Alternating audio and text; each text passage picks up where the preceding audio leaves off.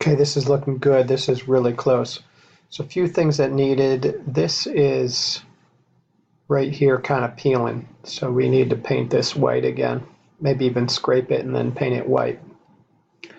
I got the same blue color to paint inside this pillar and right here. It's just inside the door, sitting on top of the vent. In these little flower in here where there's these, yeah, leave these, but clean up all the rest of the stuff. Like over here is just a bunch of nasty stuff.